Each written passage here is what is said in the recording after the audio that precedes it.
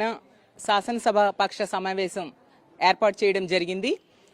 17వ తేదీ నుంచి జరగనున్న అసెంబ్లీ సమావేశాల్లో ఎటువంటి పాత్ర పోషించాలి అనే దాని మీద మా అధ్యక్షులైన జగన్మోహన్ రెడ్డి గారు దిశానిర్దేశం చేయడం జరిగింది. తీసుకుంటే ఈ కూటమి ప్రభుత్వం అధికారంలోకి వచ్చి 25 నెలలైనా కూడా ఎన్నో సమస్యలు ఇచ్చిన ఏ ఒక్క హామీ కూడా అమలు చేయలేదు సరికదా. శాంతి భద్రతలు గాలికి వదిలేశారు. అలాగే పరిపాలనలో పూర్తిగా వైఫల్యం చెందిన పరిస్థితి మనం ప్రతి సందర్భంలో కూడా చూస్తూ ఉన్నాం. తీసుకుంటే ఈరోజు మహిళలకి వెన్నుపోటు పడవడం జరిగింది, రైతులకు వెన్నుపోటు పడవడం జరిగింది, మరీ ముఖ్యంగా విద్యార్థులకి నిరుద్యోగులకి నమ్మించి మోసం చేశారు. అలాగే వీళ్ళు కండక్ట్ చేసిన ఒకే ఒక డిఎస్సిని కూడా ఎన్నో వైఫల్యాలతో వీళ్ళు ఆర్గనైజ్ చేసిన పరిస్థితి కూడా మనం చూసాం. డిఎస్సి విషయంలో తీసుకుంటే డిఎస్సి నిర్వహణలో ఎన్నో లోపాలు, పేపర్ లీకేజ్ అవ్వచ్చు, అలాగే స్పోర్ట్స్ కోటాలో ఎన్నో అక్రమాలు జరిగిన పరిస్థితి కూడా మనం చూసాం. వీటన్నిటికీ బాధ్యత వహిస్తూ ఈ కూటమిలో విద్యాశాఖ మంత్రిగా ఉన్న లోకేష్ గారిని రాజీనామా చేయాలి అని, అలాగే సిబిఐ ఎంక్వైరీ వేయాలని గత 70 రోజులుగా మా వైఎస్ఆర్ కాంగ్రెస్ పార్టీ పోరాటం చేస్తూ ఉంది.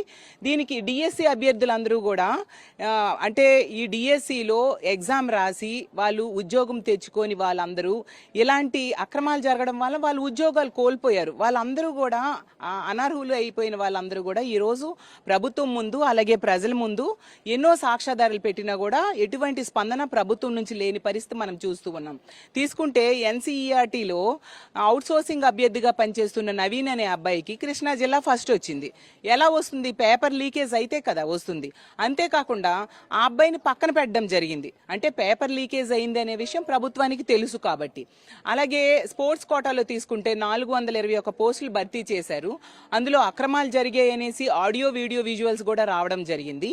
అలాగే స్పోర్ట్స్ కోటాలో ఉద్యోగాలు ఇచ్చే ముందు ఒక జీవో నెంబర్ 47, జీవో నెంబర్ 4 ఇచ్చారు.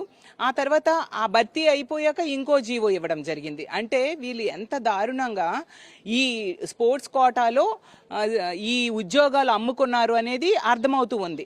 స్పష్టంగా ఇన్ని అవకతవకలు కనిపించినా కూడా ఎందుకు నైతిక బాధ్యత వహించి లోకేష్ గారు రాజీనామా చేయరు?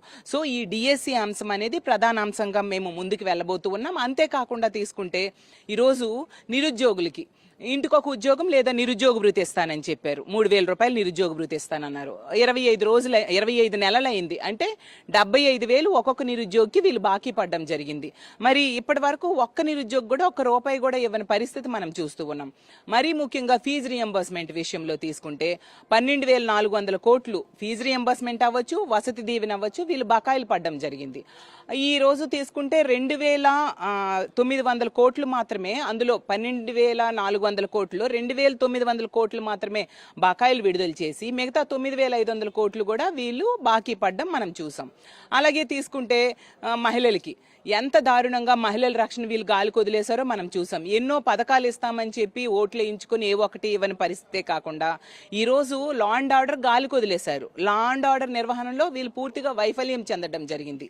మరీ ముఖ్యంగా దిశ చట్టాన్ని రద్దు చేయడానికి వీళ్ళు నిర్ణయించుకోవడం నిజంగా దారుణం. అంటే మహిళల రక్షణ వీళ్ళకి అవసరం లేదు అనే విషయం స్పష్టమవుతూ ఉంది. అలాగే తీసుకుంటే రైతులు, ఈరోజు తీసుకుంటే రైతులకి పెట్టుబడి సాయం సరిగ్గా లేదు, అలాగే గిట్టుబాటు ధర కూడా లేని పరిస్థితి. రైతులు ఒకవైపు ఆత్మహత్యలు చేసుకుంటూ ఉన్నారు, అలాగే వీళ్ళకి ఇన్పుట్ సబ్సిడీ లేదు, ఉచిత పంటల బీమా లేదు. ఈ విధంగా రైతాంగాన్ని రోడ్డును పడేసిన పరిస్థితి మనం చూస్తూ ఉన్నాము. అలాగే తీసుకుంటే ఉద్యోగులకి ఐఆర్ లేదు, డిఏ లేదు, పిఆర్సీ లేదు. ఉద్యోగులకి నెట్ట నిలువుగా వీళ్ళు మోసం చేయడం జరిగింది. ఆ విద్యార్థులకు మోసం చేశారు, రైతులకు మోసం చేశారు, అలాగే మహిళలకు మోసం చేయడం జరిగింది. ఇలా అన్ని వర్గాల వాళ్ళకి వీళ్ళు మోసం చేస్తే వీళ్ళని ప్రజలు ఎన్నుకొని ఏంటి ఉపయోగం, వీళ్ళు పాలకులుగా ఏంటి ఉపయోగం అని మేము ప్రశ్నిస్తూ ఉన్నాం. వీటన్నిటి మీద కూడా మా వైఎస్ఆర్ కాంగ్రెస్ పార్టీ రానున్న అసెంబ్లీలో మా కౌన్సిల్లో ఖచ్చితంగా పోరాడబోతూ ఉన్నాము. అలాగే ప్రతిపక్ష హోదాగా మా వైఎస్ఆర్ కాంగ్రెస్ పార్టీగా అడుగుతున్నాము. అలాగే తీసుకుంటే ప్రతిపక్ష నేతగా మా జగన్మోహన్ రెడ్డి గారికి అవకాశం కల్పించాలని కూడా అడుగుతూ ఉన్నాము. ఎందుకంటే ఉన్నది ఒకటే ప్రతిపక్షం. ఎంతమంది ఉన్నా వాళ్ళు ఒక ప్రతిపక్ష పార్టీగా ఉన్నారు, వాళ్ళ నేత ప్రతిపక్ష పార్టీ అధ్యక్షుడిగా ఉంటారు. అలాగే ప్రతిపక్ష నేత హోదా కూడా అతనికి ఇవ్వాల్సిన బాధ్యత ప్రభుత్వం మీద ఉంది. అది మా పార్టీ తాలూకా హక్కు. ఆ హక్కును కూడా వీళ్ళు కాలరాస్తూ ఈ విధంగా ప్రవర్తిస్తూ ఉన్నారు. ఎందుకు వీళ్ళు ఇవ్వట్లేదు అంటే వీళ్ళు పాలనా వైఫల్యాల్ని, అలాగే వీళ్ళ తాలూకా కరప్షన్ని, అలాగే తీసుకుంటే వీళ్ళు అన్ని రకాలుగా వైఫల్యం చెందారు అనే విషయాన్ని, అలాగే ప్రజల సమస్యల్ని జగనన్న అసెంబ్లీలో ప్రస్తావిస్తారు గట్టిగా అని భయపడి ఈ విధంగా వీళ్ళు వ్యవహరిస్తూ ఉండే పరిస్థితి కూడా మనకు స్పష్టమవుతూ ఉంది. కాబట్టి రానున్న అసెంబ్లీ సమావేశాల్లో ప్రజల పక్షాన, ప్రజల గొంతుకై మా వైఎస్ఆర్ కాంగ్రెస్ పార్టీ నిలవాలని జగనన్న మా అందరికీ కూడా దిశానిర్దేశం చేయడం జరిగింది.